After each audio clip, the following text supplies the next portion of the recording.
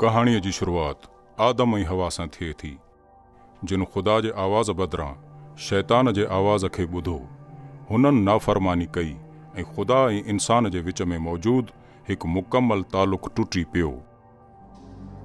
उहे पहिरियां इंसान हुआ जिन गुनाह ऐं मौत जो तजुर्बो कयो। शर्मसारीअ खां हुननि पाण खे पननि सां लिकाइण जी कोशिश कई, पर ख़ुदा हुननि ठकणनि सां ख़ुशि कीन थियो। उन जे बदिरां हुन खेनि जानवरनि जे खलुनि जे ठहियल लिबास सां ढकियो। संदुन ओघड़ खे ढकण लाइ पहिरीं कुर्बानी ख़ुदा जे हथां थी। आदम ऐं हवा खे 2 ॿार हुआ, हाबील ऐं काबील। काबील जेको अनाज उपायो हो, तंहिं मंझां ख़ुदा लाइ नज़रानो आंदो। जॾहिं त हाबील हिकु जानवर जी कुर्बानी कई, रत जी कुर्बानी। ख़ुदा हाबील जी कुर्बानी त क़बूल कई, पर काबील जी न। छो? छाकाणि जो गुनाह मौत जी घुर करे थो, ख़ुदा खां धार करे थो। उन जो अज़ालो ज़िंदगीअ जी कुर्बानी घुरे थो। हसद करे काबील हाबील खे मारे इंसान ज़ात खे गुमराहीअ जे रस्ते ते लातो। सदियूं पोइ बुरो दौर आयो जो ख़ुदा चयो त केर बि ज़मीन ते रहण जे लाइक़ु नाहे, को बि न, सवाइ नूह ऐं संदुसि ख़ानदान जे।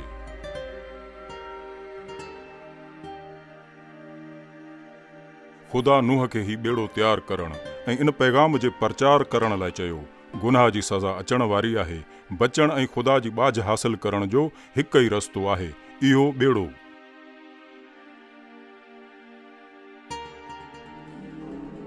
माण्हुनि नूह तां ठठोल कयाऊं, एसि ताईं जो आसमान मां मींहुं वठो ऐं पाणी राङा करे वहण लॻो।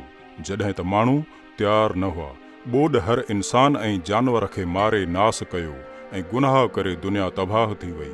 सिर्फ़ नूह, संदुसि ख़ानदान ऐं ॿेड़ीअ वारा जानवर बची विया।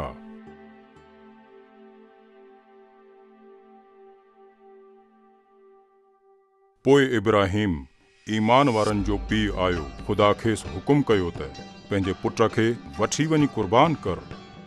इहो हुकुम परेशानीअ जो सबबु त हुयो, पर इब्राहिम ख़ुदा खे मञियो। ईमान जो अमली मुज़ाहिरो करे पंहिंजे पुट खे जबल ॾांहुं वठी वियो। इब्राहिम पंहिंजे पुट खे कुर्बान करण वारो ई हो, पर ख़ुदा खेसि रोकियो ऐं पुट जी जाइ ते जानवर कुर्बान करण लाइ मुहैया कयो।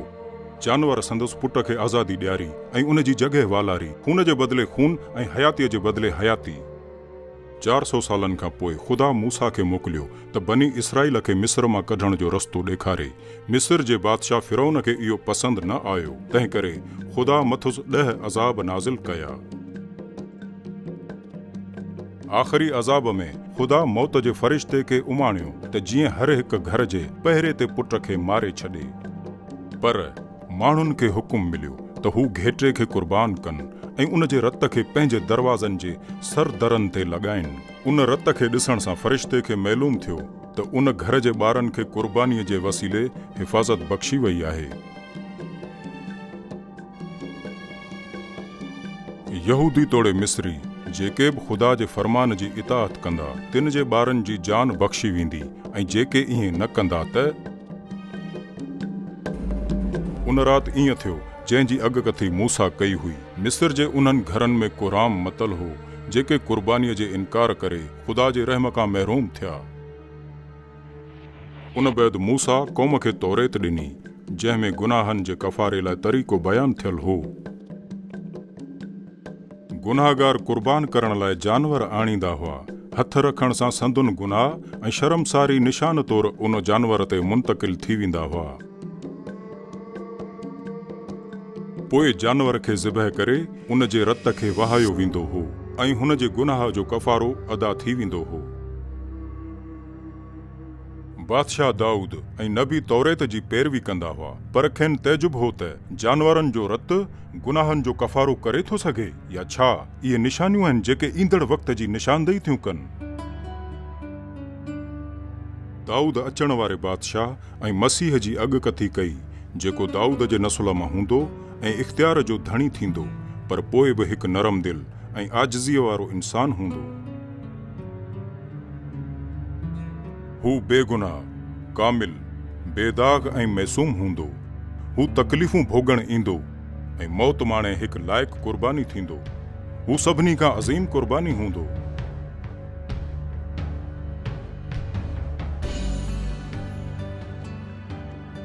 ईसा मसीह हिकु वाड़े में पैदा थियो, छो त संदुस लाइ जॻहि कोन हुई।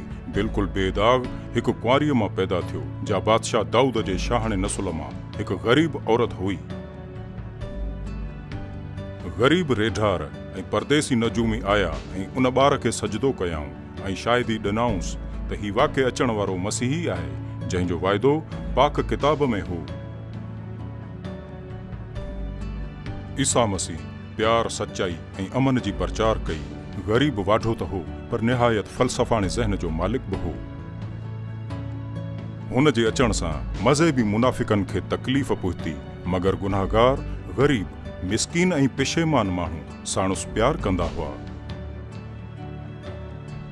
हुन ॿोड़नि, अंधनि, अपाहजनि ऐं भूत वरतल माण्हुनि खे चाक कयो, इन हद ताईं जो मुअलनि खे बि ॿीहर ज़िंदा कयाईं।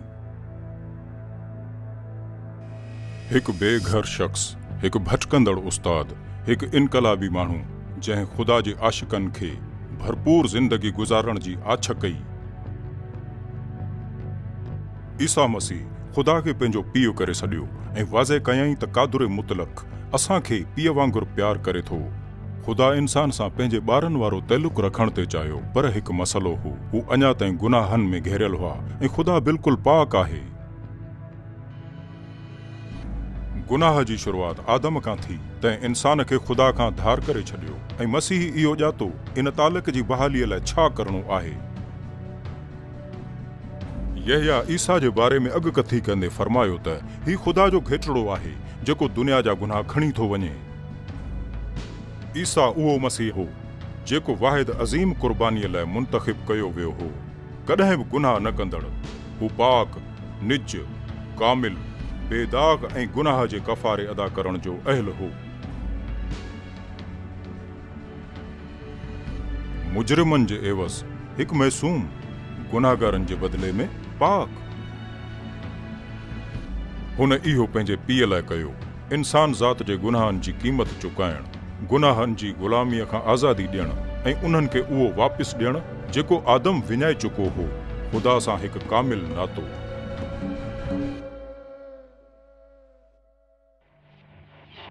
मसीह सलीब ते जान यहूदियुनि जे करे न ॾिनी, बल्कि पंहिंजे पीउ ख़ुदा जी मर्ज़ीअ सां। ख़ुदा ईसा मसीह जी क़ुर्बानी उहो वाइदो पालण लाइ ॾिनी, जंहिं जूं अॻकथियूं नबियुनि कयूं हुयूं त हू ख़ुदा जो घेटड़ो बणिजी दुनिया जा, तव्हां जा ऐं मुंहिंजा गुनाह खणी वेंदो।